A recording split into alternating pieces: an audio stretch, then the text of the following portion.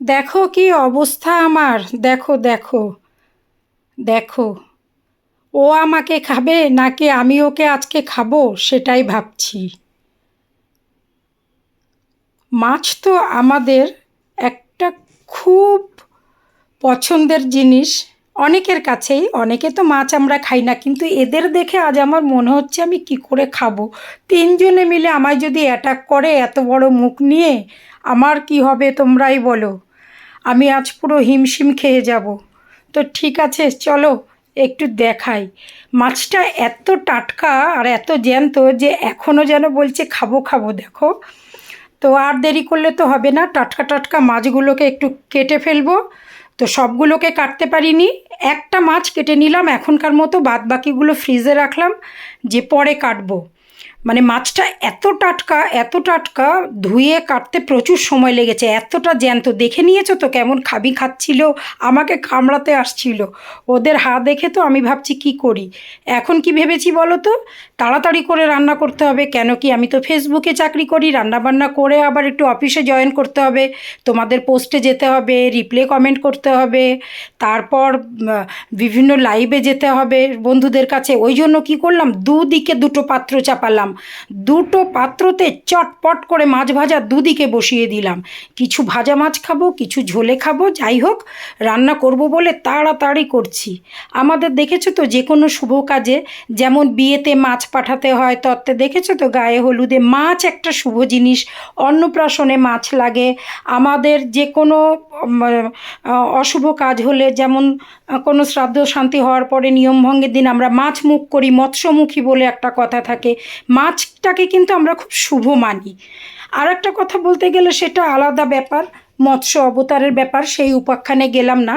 কিন্তু মাছ ভালোবাসি না এমন বাঙালি খুঁজে পাওয়া কিন্তু খুবই মুশকিল। বাঙালি মানে মাছ, মাছ মানেই বাঙালির খাদ্য তালিকায় সে প্রথম স্থান অধিকার করে বসে আছে। তো সেই মাছ কার না ভালো লাগে বলো। আমার তো ভীষণ ভালো লাগে। মাছের বিভিন্ন রকম রান্না করি আমি। মাছের কালিয়া, মাছের পাতলা ধনেপাতা দিয়ে জিরে আদা বাটার ঝোল, মাছ দই কাতলা করি, পোস্ত মাছ করি। ভীষণভাবে মাছ নানান রকমভাবে রান্না করতে ভালোবাসি। তো আজকে কিন্তু একটু মাছের কালিয়াই বানাবো ঠিক করেছি। তো তোমাদের কার কোন আইটেম পছন্দ হয় আমাকে জানিও, জেনে রাখতে হবে তো আমার ভাই বোনদের কোনটা পছন্দ। আমার বাড়িতে আসলে সেইভাবে রান্না করে খাওয়াবো। তো তার জন্য বলে দিও। মাথাগুলো দিয়ে তো মুড়ি ঘন্টর ডাল বানাবো। তিনটে মাছের তিনটে মাথা, অনেকটাই মাথা। তো এবেলা বানাচ্ছি বাঁধাকপি দিয়ে মাছের মাথা, আর ডাল, মুগের ডালের সাথে মাছের মাথা দিয়ে মুড়ি ঘন্টর ডাল হবে, বুঝেছো। আর মাছ রান্না তো করবই। তো ওই যে কথা বলছিলাম, আমরা বাঙালিরা যদি বাড়ির বাইরে কোথাও বেড়াতে যাই না, সেখানে গিয়ে বাঙালি হোটেল খুঁজতে থাকি।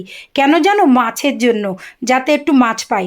তবে এ কথা ঠিক, আমাদের এখানে আমরা যতটা যেমন দেখালাম এরকম জ্যান্ত টাটকা মাছ পাবো, বাইরে গিয়ে কিন্তু সেটা সম্ভব নয়। বেশিরভাগ ক্ষেত্রেই ফ্রোজেন। তো এই টাটকা মাছের স্বাদ কিন্তু একদম আলাদা, যেমন খুশি খাও, কোনো অসুবিধা নেই। আর মাছের লেজা জানো তো, নববধূ আমাদের বাড়িতে আসলে বউকে যখন প্রথম ভাত কাপড় দেওয়া হয়, তাকে কিন্তু একটা মাছের মাথা দেওয়া হয়, লেজা দেওয়া হয়। তাই জন্য বললাম, আমাদের যে কোনো শুভ কাজে মাথা, অন্নপ্রাশনে সেই বাচ্চার মুখে কিন্তু প্রথম মাছ ভাতই দেওয়া হয়। দুধ ভাত তো থাকেই। মাছের কদর কিন্তু বাঙালির কাছে একদম মিলিমিশিয়ে।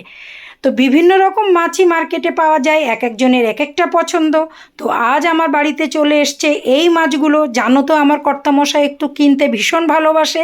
আর যেই দেখেছে টাটকা মাছ, ভোর ভোর বাজার থেকে আসার সময় নিয়ে এসছে এতগুলো মাছ একসাথে। তো সেগুলো তো একদিনে খাওয়া যাবে না, 2-3 দিন ফুরাতে লাগবে। একটু সংরক্ষণ করে রাখলাম, কেটে কুটে ভালো করে পরিষ্কার করে এয়ারটাইট বক্সে রেখে ফ্রিজে রেখে দিলাম। বাদবাকি এগুলো রান্না করলাম। তো আমার রান্না তো একদম রেডি। তোমাদের কেমন লাগলো আমার এই ভিডিওটা আমাকে জানিও। সব সময় একটু ঘুরে বেড়াই, মাঝে মাঝে তো একটু রান্নার ভিডিও দিতে হয়, কারণ তোমরা সবাই ভালোবাসো দিদিভাইয়ের রান্না, আমি জানি দিদিভাইয়ের রান্না দেখতে ভালোবাসো। আজ তাহলে এই অবধি, টাটা।